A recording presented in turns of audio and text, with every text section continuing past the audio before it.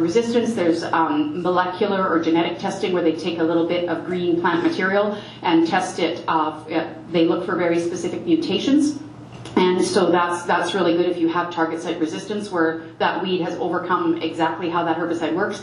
But then there's also the bioassays where you have to gather seed and send it away. They grow it out, they spray it. It takes a long time. It's a little bit more expensive, but they can test for more things. And that also will pick up metabolic resistance as well, which we are seeing more and more of all the time. And that doesn't get picked up on the molecular tests. So once you know what weeds are there, are they resistant, multiple herbicide resistant? So what herbicides are effective against these weeds and where can I use them? So we know we've got burn off, we've got pre. If you see it written like that in all capital, all shouty capitals there, that means with residual. Post-emergent may have residual. Things like Everest and Sierra have residual even though they are post-emergent. Pre-harvest is good for perennials. Post-harvest, you would need to wait for regrowth on the perennials. Winter annuals as well, wait till they're big enough to spray, they're up and big enough to spray. But also you have to start watching your annuals that can still set seed before freeze up. We normally don't care about annuals once they hit, once they've set seed and stuff. And this is especially important in the pigweeds. Red root pigweed can do this too, but for sure the really bad pigweeds like water hemp and Palmer amaranth, and I'll show you one of my last pictures I will show you. And at the end of the day, we have to do integrated weed management. So you've seen me use this slide before too. This is what we're doing now, and we're doing a pretty good job, but we're mostly doing chemical weed management. We're using herbicide mixtures, we're using herbicide rotation, herbicide layering, we're doing all that thing. That's all still chemical though. So we're probably doing a little bit of cultural and physical. Ideally, integrated weed management, we have these 4 different colored circles. It's just a big fancy Venn diagram, and you want to be overlapping in a lot of areas. You want to be doing as much as you can out of all the other bubbles, not just the red one. We still need to do this because we're not going to not spray. You can't not spray. But anything else we can do in here is going to help us in our fight against weeds. So what I mostly concentrate on is these cultural ones down here, and that's anything from equipment sanitation, using cover crops if and when we can. They work really well in other areas of the world. Here we don't have much of a shoulder season on either end of the crop, so yeah, they can work in some crops and they can do a really good job, but they're not going to work for every crop every year. Using mulches where we can, that's been shown to really help with some kochia seed, really break down kochia and kochia seed production. Manipulate seeding date, either super early or super late, and then if you're going later, not super late, but either really early or later than normal, and then if you're going later, you would either use tillage or some different chemistries to burn off the weeds so that you're planting later in the spring, but into black dirt or nice weed-free soil. Using competitive cultivars, cutting the crop for silage if you can. If you have a use for silage, you can do that. And then we don't let those weed seeds hit the ground. When we're talking resistant weeds, we got to do everything we can to not let those weed seeds hit the ground, because that plant grew from one seed and they always return way more than one seed. Some of them return hundreds of thousands of seeds to the soil, and then you're in trouble. And so also manipulating fertilizer and seed placement. I am a big fan of the enhanced efficiency fertilizers, but I know a lot of times when we're spreading nitrogen on the surface of the soil, we know that feeds our weeds, especially things like green foxtail, green and yellow foxtail, the pigweeds, that type of thing. Using crop rotation as diverse as possible, but also crop life cycle diversity. So even if we do have a good crop rotation, most of us are just growing spring annual crops. Anytime you could put in a winter annual crop or even short-lived perennial, that does a lot of good to that soil and to the weed population.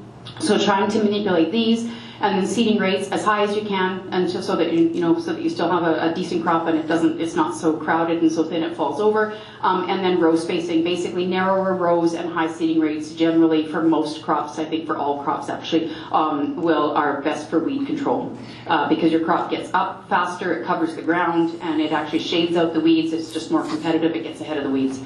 So when you're looking at our guide to crop protection, which is this one right here, which the new ones will maybe be out next week. I'm hoping to have them on my desk in Carmen by next week, and then we'll start distributing them. You can get them either from the service center here in town where you do your crop insurance, or you can get them from a lot of our elevators, or a lot of our retails will provide them as well to some of their farmers. So you can get them. If you can't get one easily, call me. I can get it to you.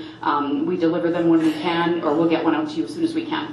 Anyways, table 16A and 16B are our burn-off tables. So this is the first place to look when I talked about all the different places you need to be doing weed control. We need to start doing more times of weed control to get the weeds under control, and especially so we've got less. Ideally, we would have less weeds to spray, so everything we can do culturally back here, everything we can do culturally to have less weeds growing is great. We have to do that, and you're going to see that in some pictures coming up. But once you start to spray, then spray smart. And so this is our burn-off table, so we've got all the crops across here, all the products down here. Some of these products will also have a residual component in them, but this table is just about the burn-off component because we talk about the residual later on.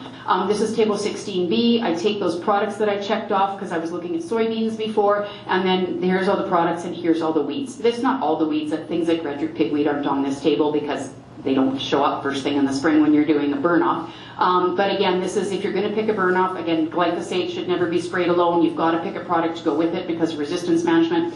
And then once we get to the actual crop tables, say I'm going to grow soybeans, a few years ago I did this in the guide and I reordered all of the tables. They used to be all just one big table, but now this is our pre-emerge, so that there's that PRE, that means it has residual control, and then these are post-emergent, and some products can be used either pre or post or both. So in soybeans, for example, we have dicamba in both ends of both top and bottom of the table. In corn, we have atrazine, it can be used pre or post or both. So there's products in here that might be either, but something like Edge or Authority, those are going to be a pre-emerge product. Just so you know, when we have a name and it's italicized, that means it's that product in the guide, that's its brand name. When we have a lot of generics, then we have more than one brand name in the guide, then we have to list it just under the generic or the active ingredient. So dicamba is listed under dicamba, but if you're looking for Extend or Ingenia, they're on the dicamba page. So look at your pages. Ethofluralin, now there's Edge, plus there's also a couple of other brand names of Edge. So you look under ethofluralin. So you guys have to get more familiar with active ingredients just because that's the way the world is. There's generic companies. I think we have 34 different glyphosates in the guide this year. I think I added 6 more product companies.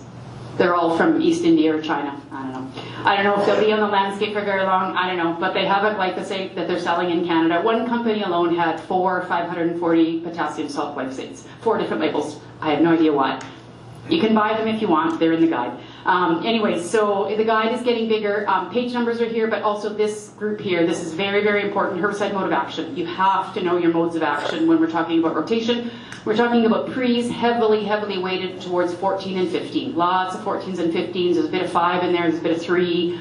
But really, it's 14s and 15s. So you really got to watch that.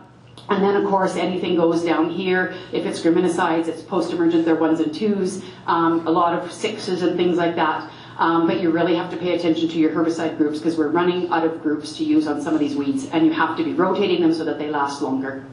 When we talk about herbicide-resistant weeds in the West, I will show this slide. We've got wild oats, we've got kochia, we've got downy brome, water hemp and palmer amaranth, and coming soon, I think our next bad news story is Canada fleabane. But I'm really only going to talk about wild oats very briefly, more on kochia. You can see how big a font I used and how bold it is where I think the importance is, and water hemp and palmer amaranth.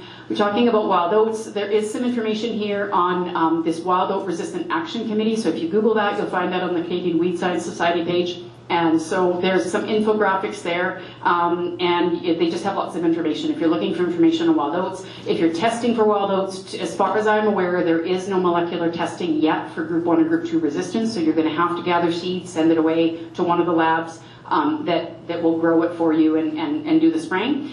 So it talks about how to collect them, and anyways, like I said, there's some really good information there. That's all I'm going to talk about for wild oats, but this one actually scares me probably the most because we have no post-emergent options. If you lose access to group 1s and 2s because they just are not working, you have nothing left post-emergent. You have some pre-emergence and you have some products that control. You have a few more products that actually do suppression, but you are out of luck when it comes to post-emergent and wild oats. With kochia, some of you guys are getting familiar with this weed. I know we don't have a lot of it up here, but be very, very careful. It is moving very fast. It's really all through the Interlake now where it wasn't there a few years ago. It is a tumbleweed. It can move that way, but we also know it moves on equipment, so be very careful. I would be really, really careful bringing any new equipment into this area, or used equipment. If you're buying new, that's good. Really watch your demo equipment and your used equipment where it's coming from. It was number 12 in our last weed survey. It has been resistant to a lot of herbicides for a long time. So it was first resistant to group 5. We're not really using those anyways. Not so much up here. 88, we saw group 2 resistance. So that's when I was just out of high school, and we have not, group 2s really have not worked on kochia for a very long time. In 2015, we started in Canada, we started seeing group 4s start to not work. In 2011, we saw group 9, that's glyphosate. And so this is right now dicamba and fluroxapyr. We know fluroxapyr is failing faster than dicamba, so they are starting to not work as well. So you need to be really careful with those and make sure you've got another plan. But this one is really frightening. This is group 14. That's AIM, Veraxer, Insight, Heat, if we're still using that, Authority, Fierce, those type of things. 2021 in Saskatchewan and 2022 in North Dakota, and actually it's confirmed in Manitoba as well now. So this is just a research paper. So Charles, most of the stuff I show you is not mine. I don't do any research. I'm just extension. I take other people's information and I get it out to you. So I'm always showing you something from Ag Canada or from North Dakota or from U of M or places like that, because we create nothing. We're government. We have nothing. So we don't have a research farm or anything. We just do extension. We just do demos and extensions. So I don't do research. So this is actually from Charles Geddes. I show a lot of stuff from Charles. There's Brian Jenks. He is Western North Dakota. And then Joe Eichly is in here too. He is North Dakota State University as well. So I get a lot of information from those three people.